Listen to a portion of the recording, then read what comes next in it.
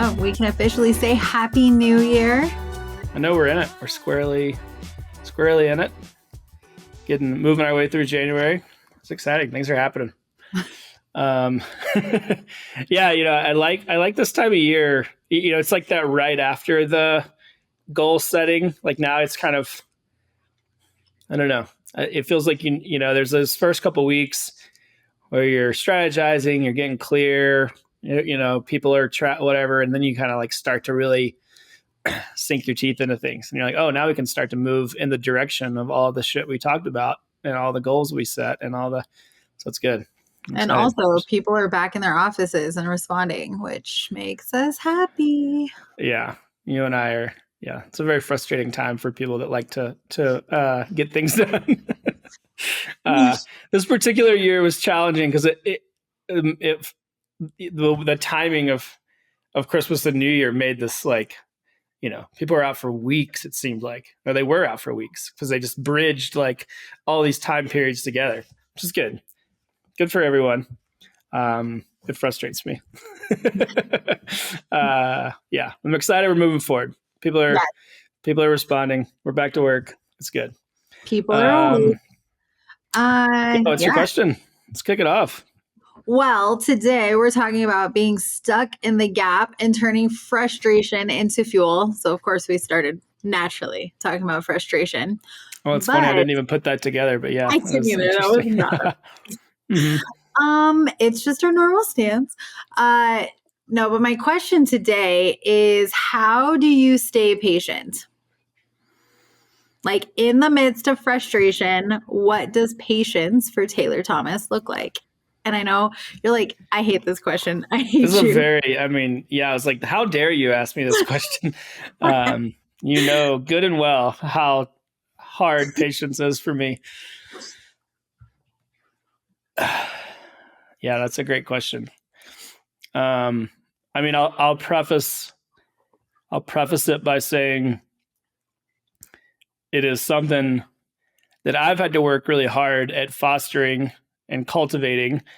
I also think that it is something that we have to, in general, continue to cultivate. I don't think that it's something that's a given. And I think we ascribe patience to people in the sense that, this person has patience and this person doesn't. And I think that generally what I've seen is that people are patient in particular situations and circumstances, but patience is not a given. I think anyone will find themselves impatient for a couple different reasons. When something that you care deeply about is not progressing in alignment with your expectations, or someone or something that you care about is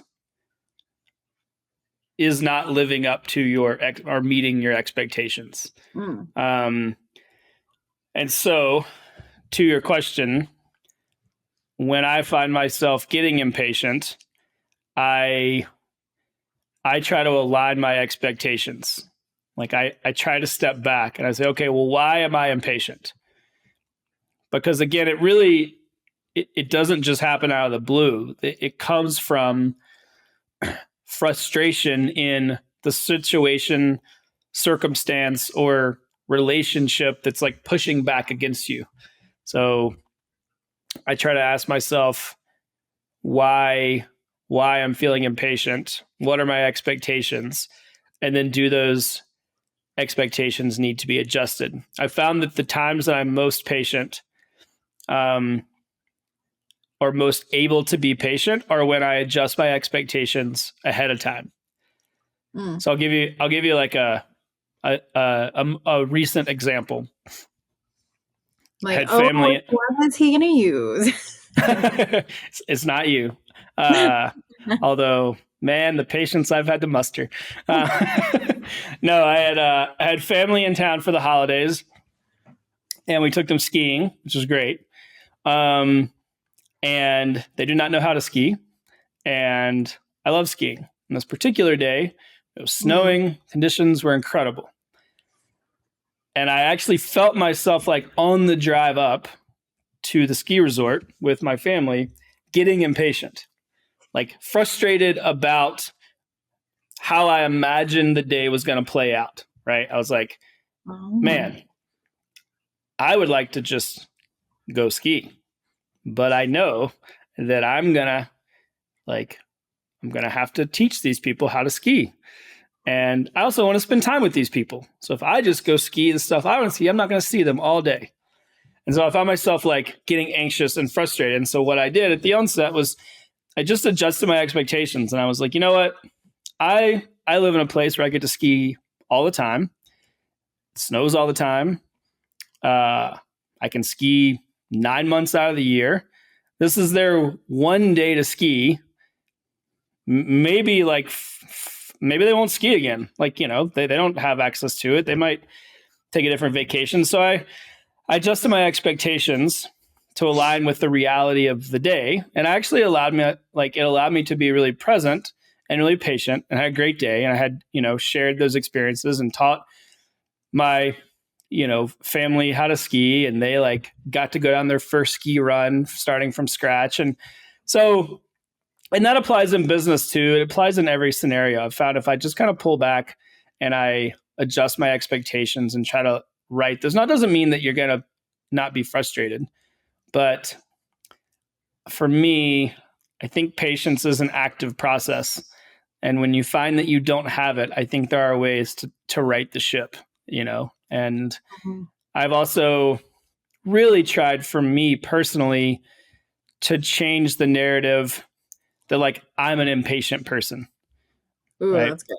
To the extent that what I used to do is just be like, just throw my hands up. Like, I'm not patient. Like, I can't deal with this. Like, it's not, I'm like, well, that's cheap. Like, what an easy cop out, right? Like, yeah, it'd be nice just to be like, I just throw my hands up. I get to absolve myself of trying to be a better person. That doesn't feel right. And so trying to work on it and just be like, well, I'm not just going to give myself that out. That feels like a cheap win to be like, well, this is who I am. I'm like, or I could take different actions to affect some change and actually try to be better. So that's a great point. And you've told me before too, you've always, I still say that. I'm like, I don't have any patience. And you're always like, you're actually extremely patient. And my wife says the same thing. That's a function of a lot of work. That narrative still is more in my head than I think it is an external expression of my personality. I'm still stuck in that because I was impatient for a long time. That's what I told myself. And that's what I even told other people, people that I worked with and people that I hired. I was like, hey, heads up. I don't really have a lot of patience. And they were like, oh, geez. And whether or not that was true or not, but I do try to work on that now. So it is funny how we do that. We warn people of our negative, traits or weaknesses. And it's not true. You're super patient. Where I see you get impatient is when somebody is not living up to their full potential. You are really, really patient. I will be 900 bags trying to get out the door and made breakfast and all the things and you're just Taylor's just calm the whole time. And I just have this whole ball of chaos going on and Taylor's just smooth. What can I carry for you? What can I do to help? Oh, you want me to make the eggs today? Great. Just so calm, so collect. And same with team stuff. I'll be 500 things. We do this, ready, set, go, do better, faster. And Taylor's just you're just very, slow and steady wins the race. I am definitely the hare in our relationship, which is funny because I'm not fast, physically fast. If you would beat me in running, but you're just very you're very calculated. So yeah, but I have watched it. The frustration will come up when somebody's not living in their full potential and that there's more for them. That's where you said it, right? You can adjust your expectations, but when it's in relationship to what you really care about, I think you hit the nail on the head. That's I don't even know I ever thought about it that way. It's really good, Taylor. That's what creates impatience. Brilliant Yeah. again. Yeah, no, I do. It has been a recurring theme, and it is something, like you said, that I do get frustrated and impatient when I know that people have more to give and can't see that in themselves, Yeah. or fall victim to perceived barriers and tell themselves that they can't or shouldn't do the thing that, like, I can see that they're capable of. Mm. And so they pull back or stop or give up, or and yeah, I just that does frustrate me, and I do get impatient there. But where I want to tie that in, or what we're going to talk about Yep. today. So the last two episodes we've talked about vision, and then we talked about, just like when we opened up this episode, now at kind of this point in the year, we're like, okay, we got our vision, we got our goals, we got our strategy, we got our 90-day roadmap. We've done the work. If you haven't done that, get on it. And we're here to But help. So if you need help, exactly, we if do you have feel like you don't have the tools to do that, please let us know. This is the time of year. And we have those things, and now we get to work on them. And the problem with clarity is it creates frustration, because you can see it and you can get excited about it. You can get other people excited about it, and you have your strategy again. You have all the things. Well, now you have to do it, and now you have to just sit in this.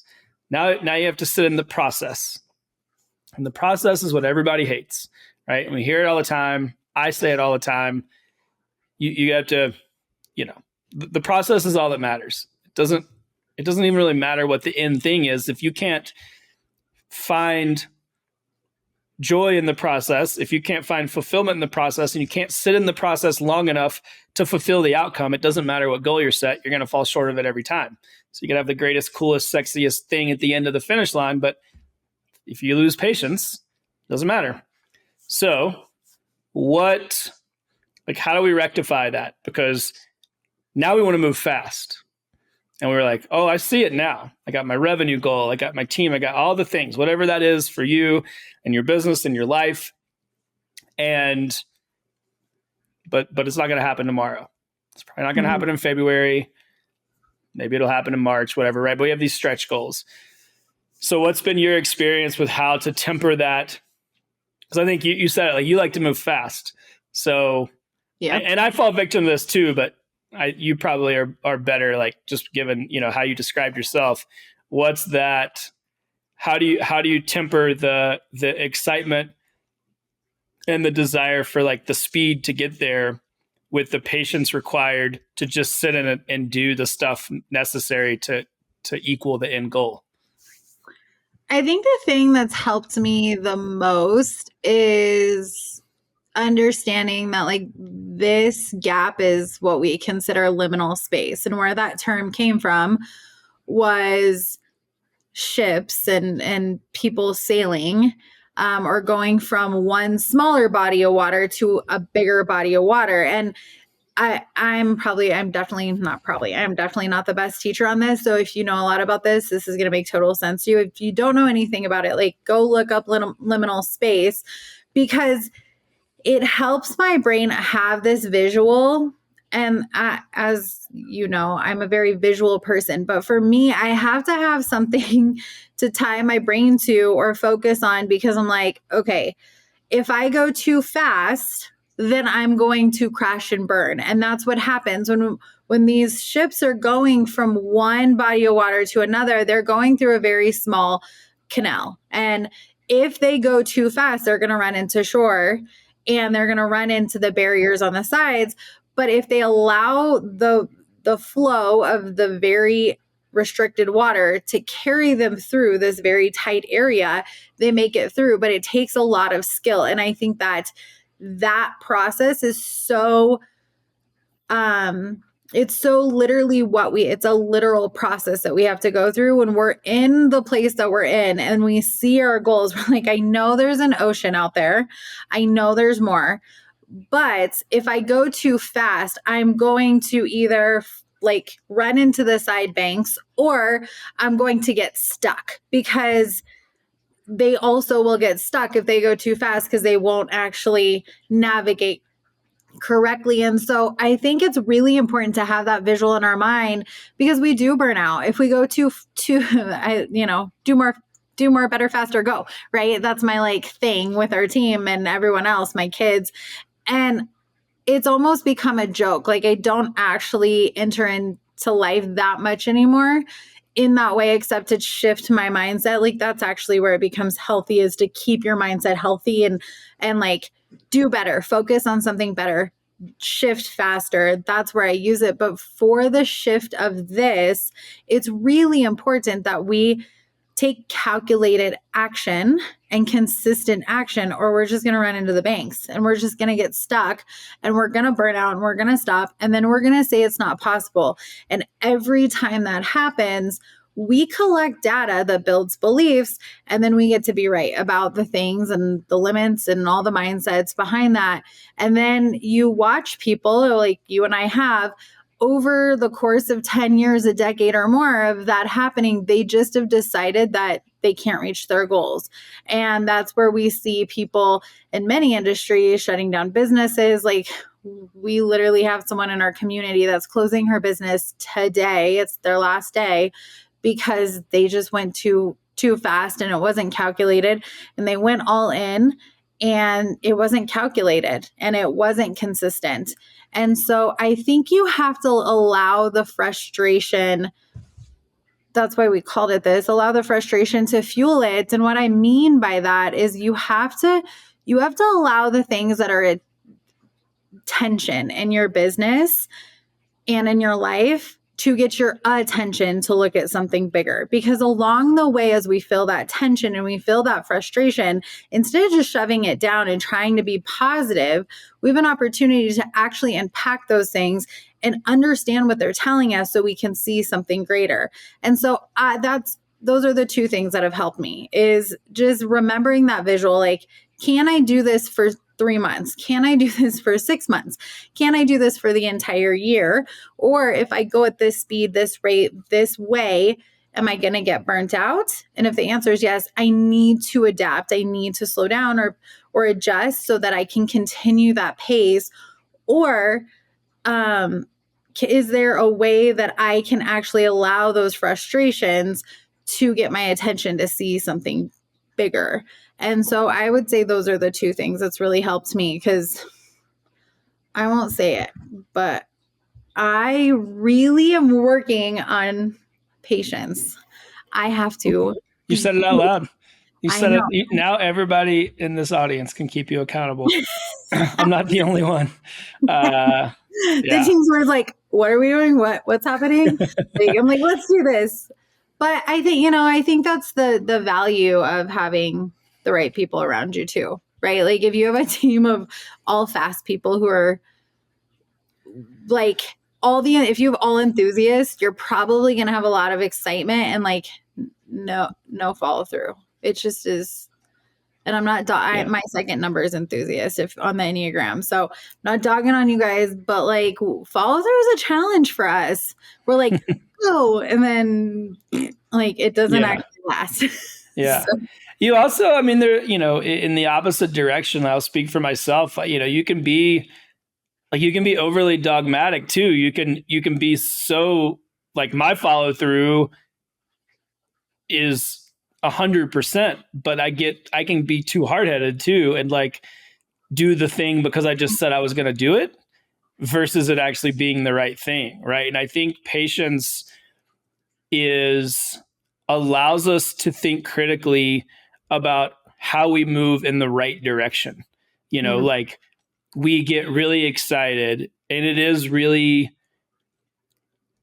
sexy to move quickly, right? There's a lot of language in business around speed and agility, and pick a term, and that's good. Like, making decisions quickly is important, because if you sit on something for too long, the moment, like, timing is everything. And so, but just on the other side of that, in one direction or the other, is running headlong at a decision or an opportunity that's not in alignment. And one of the things I've found that helps me with patience is to limit the number of things that I run at. Right? I think one of the things that makes us feel impatient is when we feel like there's a lot of things that aren't coming to fruition. Well, the best way to reduce that feeling is to limit the number of things that you're working on. So to get really clear on what are the core things that are going to move me in the direction of my goals. Here we are, got the goals. I'm excited. I can see them. I'm clear on them. Now, don't boil the ocean. Don't run at 20 things that you think are going to get there. Run it one or two things, right? Pick a couple of things and focus there. And I've found that by distilling the number of things that I'm trying to make happen, it makes me I feel less impatient because I can also more carefully identify tangible success in a smaller number of things, right? I can see the small wins in 3 things versus 20 things. If I'm trying to do a bunch of things, I'm like, I don't know. For me, it just gets lost. I'm like, I don't know. I did I got all this shit over the course of a day, and I go to sleep at night. I'm like, I don't know if any of that was successful. Versus, a couple of things like, I'll use a real example. We're working on filling a workshop, and there's lots of different ways that we talked about trying to get people in this workshop. And we distilled it down to like 2 things. And I just ran at that. And then when people sign up, I know where they came from. And like this morning, somebody signed up from one of those channels. You're like, it's working, right? So small win. And now I can identify, it makes me more patient in the process because I can see like, okay, I ran headlong at that thing. And I did it for weeks and weeks with no material gains. But then it works. And you're like, okay, great. Like it's just enough of like a dopamine response to keep you going again. And so I think that's a piece of the patience part too, is to really get clear on like, what are you running at? And be very clear.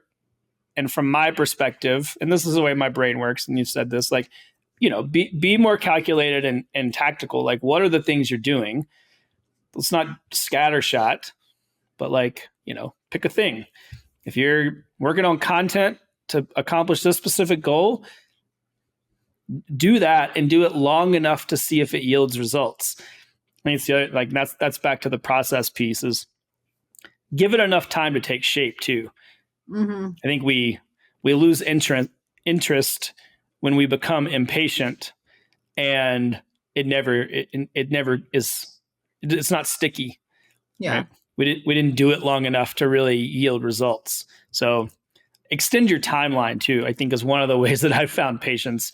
And that's like the expectation adjustment. It's like, you know what? This is not a 1 month thing. Like this is like a 6 month thing. I'm just going to settle in. Like I'm not even going to worry about the 1 month. I'm just going to do this every day for 6 months. And then if I can be mad about it if it didn't work in 6 months. But until then, I don't get to be mad.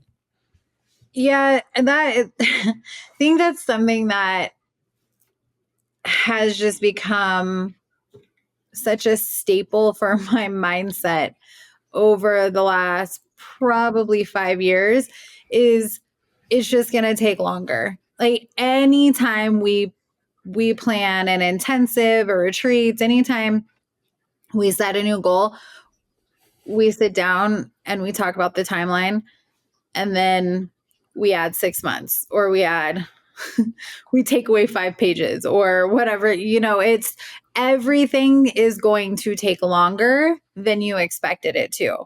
And so just settle in.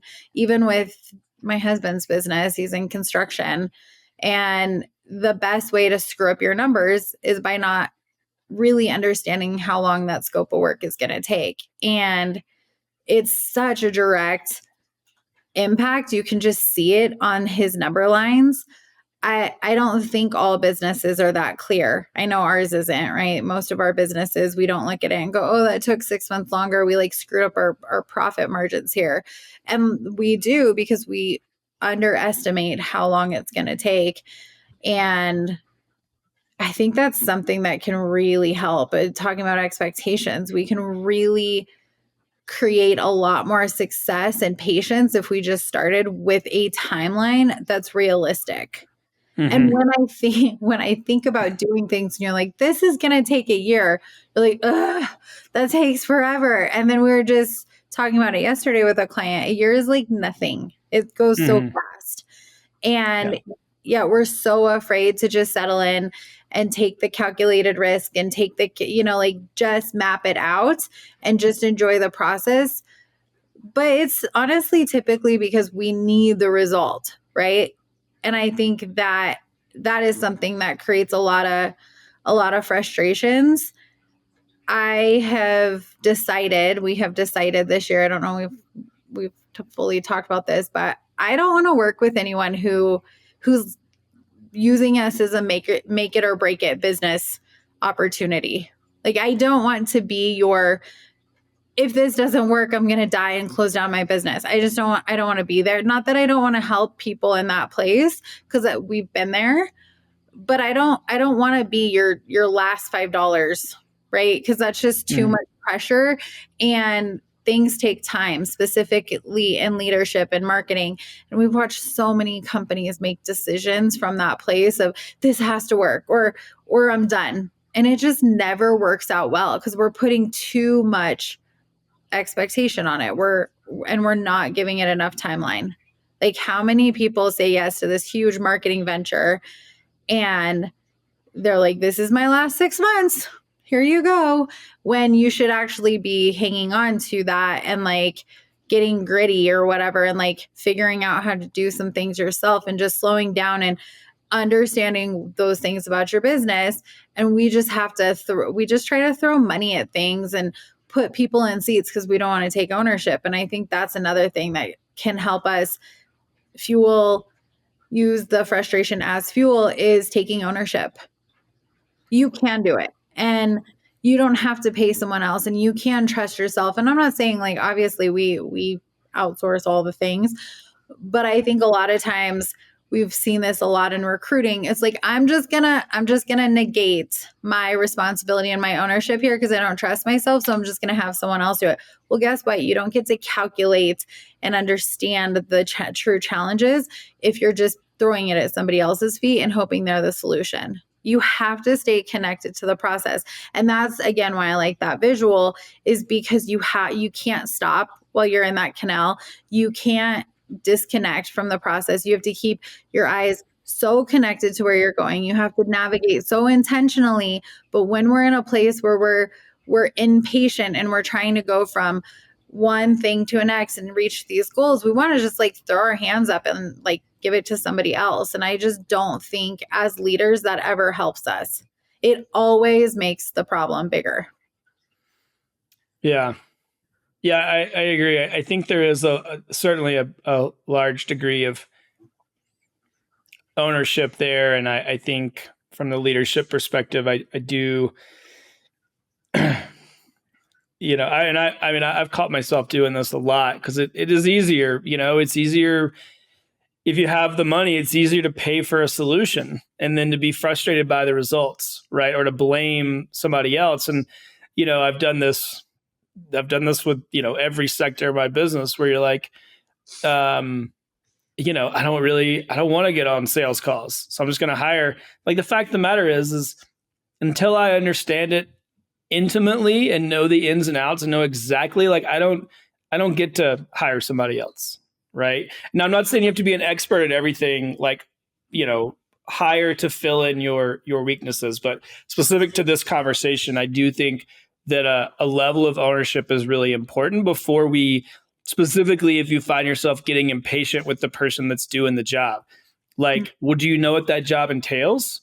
Have you had the same challenges? Like, are you frustrated because you've mastered that thing and you know exactly what's required to make it great, and then this person isn't executing? Or do you just want it to move faster and that's not a realistic expectation? And now you get to be mad at somebody else versus that level of buy-in and ownership on like our part as leaders. So yeah, I totally agree. And I think that's an easy place to find ourselves being impatient. And again, I'm talking specifically through the lens of like, of ownership. That's a whole nother, I'm not saying whether or not that person is or isn't doing their job or, but specifically through that lens, I think that's a really, really important piece. And I think the timeline piece, you mentioned that I heard somebody say, I heard this several times, like instead of talking about when you talk about things to get done, talk about it, frame it through the lens of a timeline. Like, hey, here's this thing that we want to do. We'd like to have it done in the first quarter. And if you're working with a team or even working with yourself, then back into what is that a realistic timeline? How many hours do you think that's going to take to get done?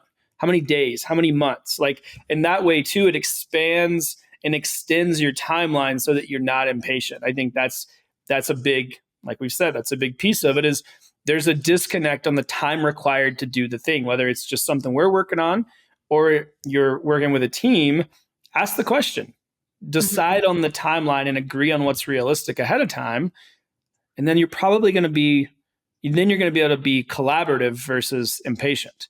Because if you're thinking it's going to take a week and it really takes 2 months, well, yeah, you're going to be pretty pissed off and that's going to feel shitty. So I like the framing it through what's realistic from a deliverables perspective. And then I think it opens up the conversation to be, that's going to take longer than we think. If we're really mapping it out, we're like, oh yeah, never mind. That's not like a this month thing. That's probably like a second quarter thing. So that really changes things. Yeah. Closing thoughts on patience and connection to our vision and how people can take a beat and settle in. Yeah, I think just know that if you have your vision right, you're going to be impatient because you're going to be excited about it. And it doesn't mean that you need to live less excited. It just means you need to learn how to keep your excitement and put these things into practice. Someone said to me the other day, you guys don't really give actual takeaways, like things to do. I'm like, no, they are things to do. They're just not the things you want to do. Like there's nothing sexy about what our advice because it's not the magic pill. And so if you're feeling that way as you listen to this, it's probably because you don't want to do what we're talking about. You don't want to slow down. You don't want to talk to your team about the timeline. You want to hire the person and give them a tight timeline and not like really understand those places of tension so that you can look at something bigger. You want to just like run the race and be aloof to it or something. And we all do that. And that's totally normal. But I think really stopping and just like we just gave a roadmap to how to like move forward through the frustration and the impatience of what you're probably feeling if you have your goals right. And if you're not feeling that way, then you probably need to realign your goals and think bigger. And I want to challenge you to do that. If you're not excited about this year, if you're not excited about your goals, then go back and get excited because you should be excited. If you're not, then you're not doing anything great. So, yeah, I would say that's my final thoughts. Mic drop. No mic drop. Beautiful. All right. Yeah. As always, like we said, if that sounds challenging, if you're like, yeah, I hear you, but how? If you're not excited, if you've done all that work and you don't feel inspired or you're not sure what the building blocks and the pieces required are to actually move you in that direction. And I'd say it's probably one of the more common pieces is we set goals without a clear idea of how to execute towards them and keep that excitement and extend that runway and that connection to our vision and our goals over the course of the year. And then outward, right? We're talking in small chunks, but ultimately in business, we're talking in, a year is nothing. 3 to 5 years is our baseline. And then, if we're talking about really building a legacy. It goes out from there. So if those pieces are not clear, if you're not excited, if you don't understand the tactical pieces, we're here to support you. Now is the time.